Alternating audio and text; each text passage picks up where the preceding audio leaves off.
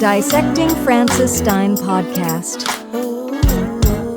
Welcome again to another episode of Dissecting Francis Stein Podcast. I am your host, Patricia Bradshaw, and my panel is Valencia Ward, retired mental health specialist. Latoya McLennan, a social science enthusiast. And today we're going to talk about love connecting to loyalty. Does it connect? If you love somebody, does that mean that loyalty is like walking side by side with love?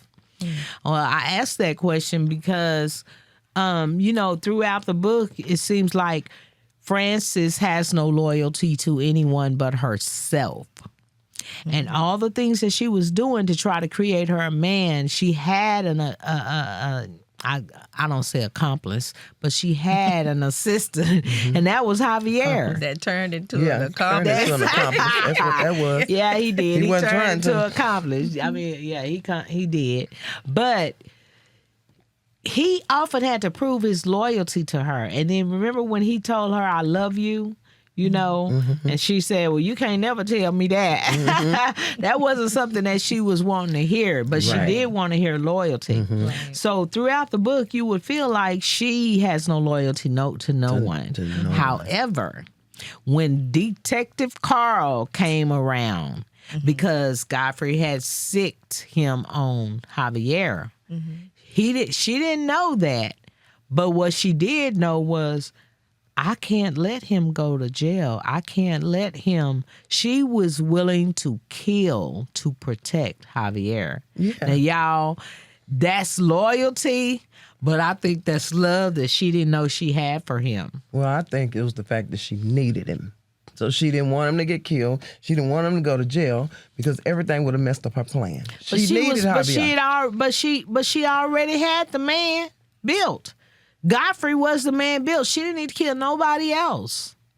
That's right. Yeah, That's it was right. over. She That's had right. him. Godfrey was already created. Yeah. Yeah, and then too, you have to think about the tension between Godfrey and Javier. I know.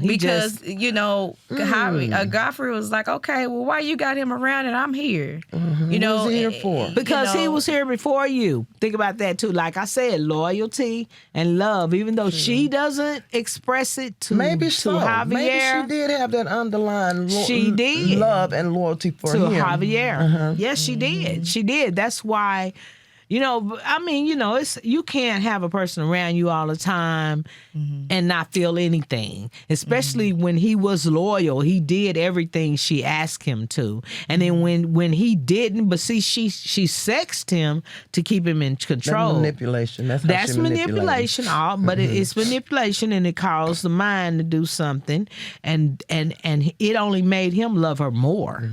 It made him love her, but see, she didn't realize that she was loving him more with every encounter. Right. So love and loyalty, they are connected. Francis just didn't show the love part of it. She didn't show the love part of it. I'm just saying. I mean, she had it for Javier, but she thought she loved Godfrey, and Godfrey was the man she created, and to me that was a superficial love. Yeah, that's why I said she might have had it, even though she might have had it, but she didn't realize it, that she really loved this person. Until that detective came to put him in jail. Okay, so let's real quick, because everybody has their own perception of it. Let's just make I'll give you the general statement of what they describe love and loyalty. Love is supposed to be the emotional attachment, the emotional attachment, a feeling of affection, care, passion, and connection. Yeah. Now, loyalty is supposed to be the commitment, the choice to stand by someone consistently. That's it. Okay. Loyalty. So, examples of the love, when people are supposed to, I'm using the word supposed, to genuinely love one another, they feel responsible for each other's happiness. Yeah. Javier wanted to please Francis. Yes, he did.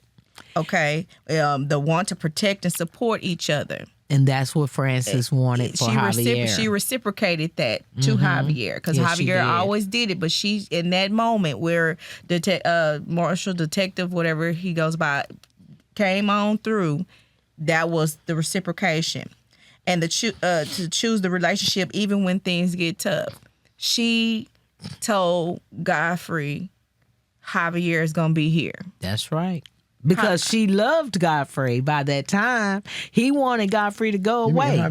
I'm talking about Godfrey wanted Javier to go away. Mm-hmm. Francis told Godfrey, Javier stays. He not going anywhere. Even though she didn't marry Godfrey. Javier stays. Yeah, and he does. And it's a good thing too, because when when they get killed, well, it is Javier a good thing. It worked out for the best, but do you think she wanted him to stay because she loved him, excuse me, or she didn't need no more help, or he got everything on her. He knows she can kill all these people. He could blackmail. He could do a lot of different things to now hold up. But he could never do it without without himself being involved. Right. So they weren't ever thinking, either one of them, about each other going to jail. What they were doing was trying to keep him from going to jail. See, he never had to do anything but follow her directions. Right. Okay? She had to protect him. And if she didn't love him, she wouldn't have protected him. If she didn't love him, there would be no loyalty she felt toward him. But she did, and they were together 2 years before Godfrey came along. She just didn't realize she loved him. She didn't. She did not realize that she loved him, but she did. So the lines started blurring. We can positively say, because, okay, what happens when one of them is missing, love or loyalty? It says here that if there is love but no loyalty, passion fades under betrayal or instability. Little did Francis know it. There was love between her and Godfrey because that's what she wanted, but there was no loyalty. He thought he was going behind her back to try to get something Javier gone. Even when Francis said, Javier stays, you ended up putting your woman in the cross. And that's it. That's it. Right. So to me, Godfrey wasn't loyal. Right. He wasn't loyal. It was love, but there was no loyalty. Now, if there is loyalty but no love, it says the relationship feels duty-based and disconnected. Well, that may have been how it began with Javier and Francis. And remember, I said the lines started blurring. Right. But I'm going to tell you this about Godfrey. Remember when she said she was pregnant and then she was like, well, we're going to have to get married. See, he wasn't never in love with her. Right. He was never in love with her. You're right. You know, Javier loved her, but he wasn't never in love with her. And he was jealous of Javier, is why he wanted him gone. Yeah, he was. But no, she, like I said, her perfect man was Javier, and she didn't even know. So in reality, what she created was a trophy in Godfrey. Because he looked good, had these qualities, but there was no love and there was no loyalty. Well, see, that's one thing she forgot. That's why you can't play God. Yeah. That's true. But she didn't think about that. She thought about all these other things that she wanted in this particular person. She didn't think about the love part because she can't think about the love part because she really don't have no love for nobody because she's thrown off. She love her daddy. How come she ain't got no love for nobody? She don't have love she don't have love for them folks that done hurt her. That's what she ain't got love for. I just didn't really see too much love in her throughout the whole book. Well, we have to remember everybody's perception of certain things are different. We have to. So my perception was I didn't see. No love, No. Yeah. But anyway, that's why you can't play God. Because see, she forgot that. That was a very important. The thing about it is she didn't forget anything she never did believe. There you go. Okay, so that was something that didn't exist in her. In her mind, no, because like I said, when we said something about religion, that was like, okay, that's what a religion is. It ain't no relationship. And she understood that, but she wasn't ever trying to seek a relationship. You know, I was about to say on the last podcast how I had a male reader. He read the book. And when he got to reading about the pastor, bishop, he got upset. He told me, and I could see it on his face. He said, you know, I was real upset about that preacher man, but then when you killed him, then I felt better. And I thought so. Okay, there are a lot of people that feel that way. You know, for some people, because if it would have been Francis was somebody's wife, and the preacher slept with the wife, because there's a lot that be going on, you know, in the church. And the man probably would have gotten rid of the bishop. But when she got rid of him, she did what she needed to get done. Okay? So Mr. I forget what the guy's name was.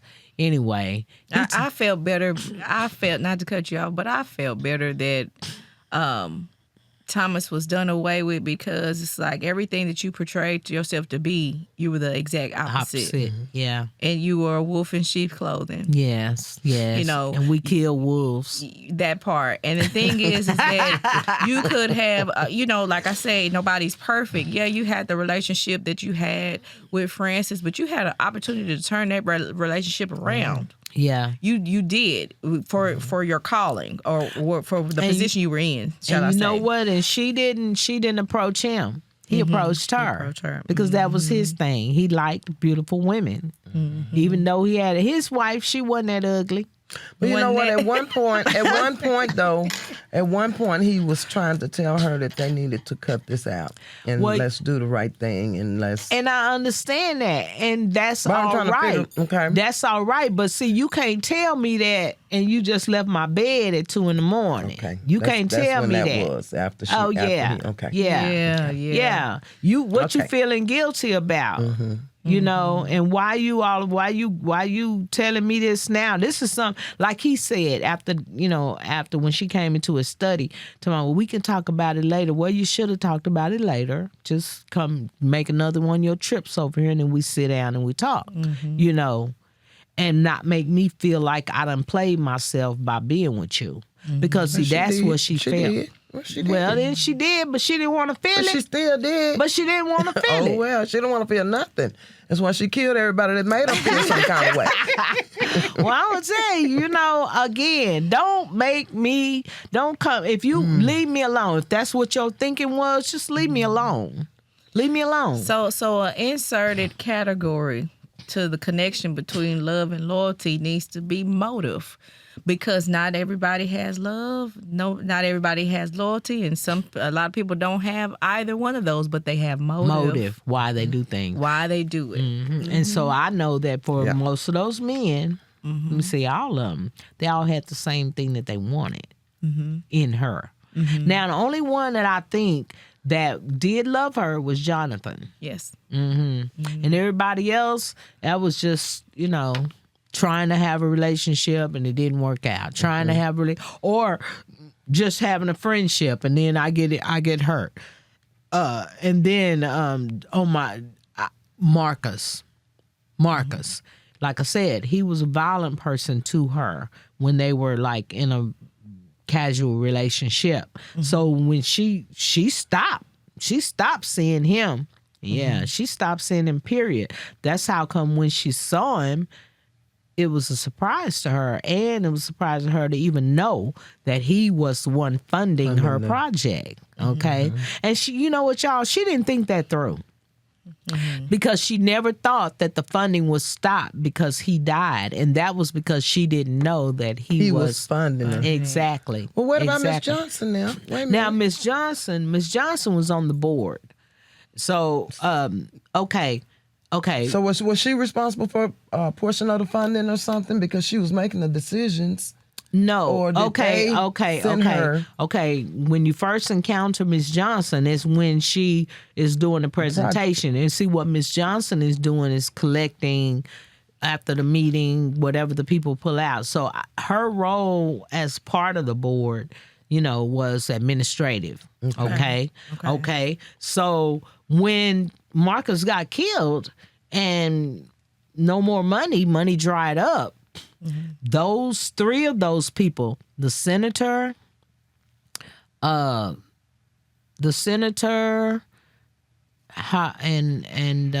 who else? Miss Johnson, and then which we didn't know was Miss Takachi. They came Takachi. together. They him. came Okay. together and made a new board because they knew that her research was promising. Yeah. Okay. And remember, the news was that she That's got how put into the Takachi mental knew. hospital because and they were saying all this. And they saw it as an opportunity. Let's get her out of there so we can get her to Work work. for us. Yeah, to get her to work.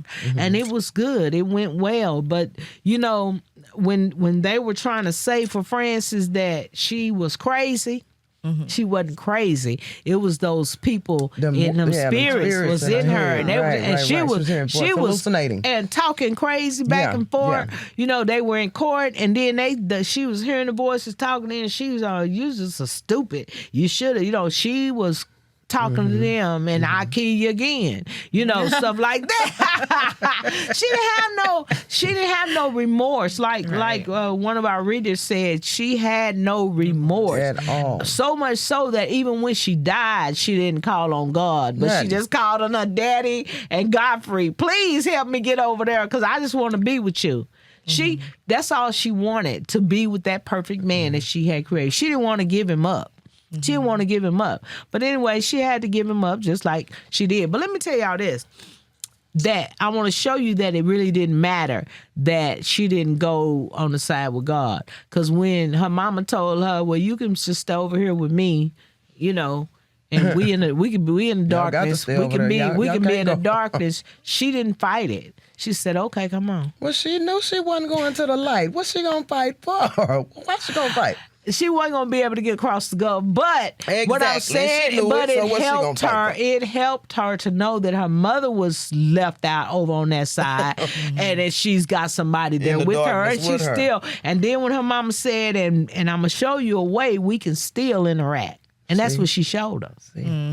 Still interact with the daughter, even though we dead, we can interact. And y'all know what? Even though a lot of people are dead, some can still interact. Spirits can interact. Yeah, they can. So yeah, she didn't. Her mind never thought, look to the hills from which come my help. It didn't. It never did. She never thought it. All she thought about was, I can't get over there. Where you at? I want or come over here with me. No. And her daddy told her. He says, all these. She still didn't think about what she did wrong. She still didn't repent or anything for, evil from the cool. Yeah. Well, she didn't repent because she didn't feel like it was wrong. I mean, she knew that she could go to jail for killing, but she didn't think that it was wrong to kill. She didn't. Yeah. And that's what that is. So, anyway, back to her and Miss Johnson at the mental institution. And what about Miss Johnson's son, the child? He had cerebral palsy. He wasn't healed by the time she killed Marcus. He got healed by the time that they got her out of the hospital and took her, and she kept doing her research. Okay. Yeah, she kept doing her research. But let me tell you something else. Before all of that, she could hear the spirits.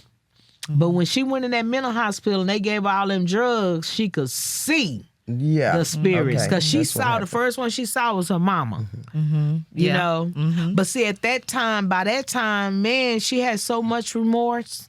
So much remorse for getting her mama killed. Not for killing those other ones, but for getting her mother killed. So that tells me that even though she was being all hardcore to her mama and giving her a hard time, she really did love her. She apologized. Well, yeah, she did. She just wanted a relationship with that part of her family. Yeah. She didn't realize they did not want a relationship with her. That's what mom should have been firm right there, I think, for sure. To tell her that these people they disown me because you are a black descendant. Yeah. They don't want anything to do. Straight up, tell the girl. Then I think if she would have told her, she wouldn't have had the desire to have a relationship with these people that care nothing about her. But what she just told her, she just didn't go into depth. That's what I'm saying. She did. She just said it's not safe. She didn't say why. But anyway, Uncle, what's his name? Frankie. Frankie didn't either. He just said, stay away from him. You know what? Frankie all right, but Frankie is, to me, he trifling. Because he knew stuff and he kept stuff. And it just seems like had somebody known, they would have been in a better position to live. Yeah. You know what I mean? What you say? Because Frankie was solid with her. He kept all of her secrets. He was solid with her. He might have known things that was going on the other side. Exactly. But that would have been chaos. I mean, if he would have told her that, but he called himself keeping up with folks so that he can find out what's going on and tell her about it. But he got careless somewhere because Tekashi told that's what happened. what's his face? John, what is it? The brother. Yeah, the brother, Joe. Joe. Yeah. Told Joe. And I just think that is something that should not have happened. I'm thinking that, and just because Joe was a contributor, because that's the other piece of it. He was financially contributing. Yeah. And Frankie knew that. So it seemed like Frankie he was the one talking mostly to Tekashi. But Frankie didn't know that she was Rosalie. I mean, that Rosalie was. Wait. Yes, she did. Yes, he Frankie did. didn't know until after the fact, right? Until Tekashi told the brother, right? No, well, he knew it before then. And my point was Frankie should have told Tekashi to keep that under wraps. Because the old Francis Stein was his niece. Right. You know, but he didn't. He didn't tell him anything. And so Tekashi thought that he was able to talk about who she was and who she is. And that's why she got killed. But that didn't make any sense of the Tekashi, because first of all, you knew what it took to get her out of the that should have been, facility. So you should never have involved in that part of it. She should Your not. hands were dirty too. Right. Yeah. That didn't justify it. That was real didn't. simple on his part. But like I said, Frankie should have just told him, Tekashi, we need to keep this under wraps. Under wraps. This is Francis Stein is my niece. And you need to just keep that under wraps. But he didn't tell him to. Right. And he allowed him. He knew that he knew his brother, you know, but it allowed him to go on and spill the beans. See, that goes into loyalty. Yeah. Because loyalty isn't always about everybody else. Loyalty got to be to yourself as well. Yeah. Because just as much as everybody else's hands were in the pot, playing a part, Tekashi's hands was in that pot too. Yeah. And it could have fell back on him in more ways than one. And it's just like, it did. He gonna pay for that. You didn't make sense at all. You know. No. Because the way you didn't. running your mouth, somebody could turn around and say you was the mastermind of getting her out of jail for your financial gain. Yes. Financial gain and whatever. But, he didn't know the dynamics of Francis in a relationship with the Gutierrez. He didn't know that. But that shouldn't matter. It shouldn't have mattered, right. But I feel like the one that was closest to him at the time, which was Frankie, he should have opened his mouth because he was already asked, Francis, she told him, I want to, you keep up with the family for me and keep eyes on my baby and stuff, and make sure that we're safe. So to me, I would have told Dr. Johnson, the senator, and Tekashi not to. Well, maybe he didn't think it was necessary because they were the ones that created all this. Broke her out. Joe wasn't. But Joe No, I'm wasn't. talking about Tekashi. Maybe he didn't feel that it was necessary to say, this is secret. We can't say anything about it. No, I said Frankie should have told him. So because Frankie was not forthcoming on letting him know the relationship was how the beef was, not that Frankie had to tell him about their family dynamics, but he should have said, this is quiet as kept. because of all of the other beef and all of the other intertwined drama on that other side. I mean, you know what? It just seemed like he should have not said nothing just because if you got to change a person's face. That's what I'm saying. Yeah, that's what I'm saying right there. That right there was already secretive. Why would you tell the money man? And that might be the reason why he told too, was that he was talking to the money man. And he wanted to keep that funding coming in. Yeah, and he wanted to keep the funding coming in. But the funding should be based upon the project, not on... It still don't. But she was the main person. Well, yeah, I mean, as far as they're concerned, it's Rose. Just call her Francis. Yeah, that should have been it. Yeah, well, that should have been it. Okay, so like I said, Dr. Johnson, her part in it was this research could heal my son, could cause him to walk. That's what she was in it for. So that's her motive. That's her motive for doing it. The senator and Takachi, they were in it because it was a lot of money going to be gained from that, and they still needed to have funding to be able to do it, and that's where Joe came in. Okay. But Joe wasn't privy to everything, you know. So anyway, so now we know that she's got a new face. She's Dr. Rosalie Stein, Dr. Rosalie Francis now, and she's living her life. So having what's his face, Frankie, having him to keep dibs on her, you know, her child and her husband, she had to eventually, she introduced herself back into their lives. And she had to do that. So my thinking is, I wonder why Godfrey didn't recognize her. I know her face was different, but there were so many things that he recognized. I wonder why. See, he was slow. Even though he had Justin Brain, he was just slow. Because he did snap to say, you sure have a lot of similarities to my wife. Red wine, you know, different little things. So he did pick up on... He picked up on the similarities, but he never arrived at they're the same person. Right. You know, never arrived to that. I'm just like this. He hadn't arrived that it was more to him than what he thought. That's what I'm saying. I mean, you know what I'm saying? Yeah, because he had a whole lot of spirits up in him. Yeah. So, and then all of those gentlemen, you know, everybody thought that they knew, but they didn't really know Francis. No, they nobody didn't really did. know Francis. The only one that knew her was who? Javier knew her. He really didn't know either. He knew her. He knew her. She could be so, 1 minute, loving you. Stop that. It's over. 2 seconds later. You know, bipolar. All right. Okay, y'all. We talking about bipolar Francis. Yes. But anyway, thank you again for joining us this week. And we're going to come back next week with another episode.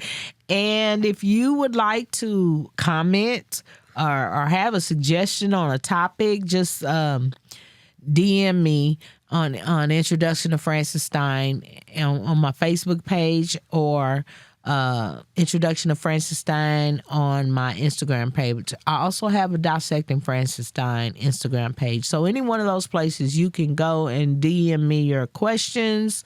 And guess what? We will talk about them on here. And like I said, you can feel however you want to feel about Francis, because everybody has a feeling or a thought, or shall we say a perception.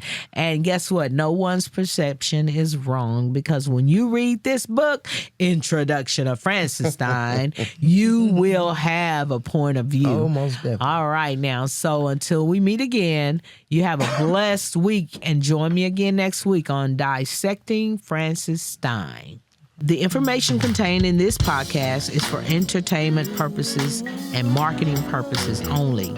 If you're a victim of sexual assault, please contact 800-656-4673.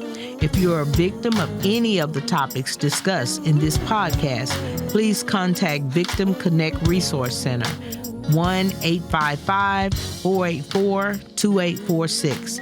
And if you are in immediate danger, call 911. We are not responsible for any loss or damage resulting from listening or participating in this podcast or reliance on its content. The views expressed in this podcast are my own and do not reflect the views of employers, organizations, or institutions of those participating in the podcast. All rights are reserved. Unauthorized use or reproduction of this content is prohibited. This content is for entertainment and marketing purposes only and does not constitute medical or psychological advice. Consult with a medical or mental health professional for any issues or concerns. This is a work of fiction.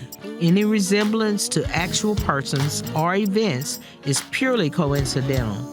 And finally, last but not least, none of the participants of this podcast can be responsible for your use of the context, nor the information in or linked to this podcast. Yeah.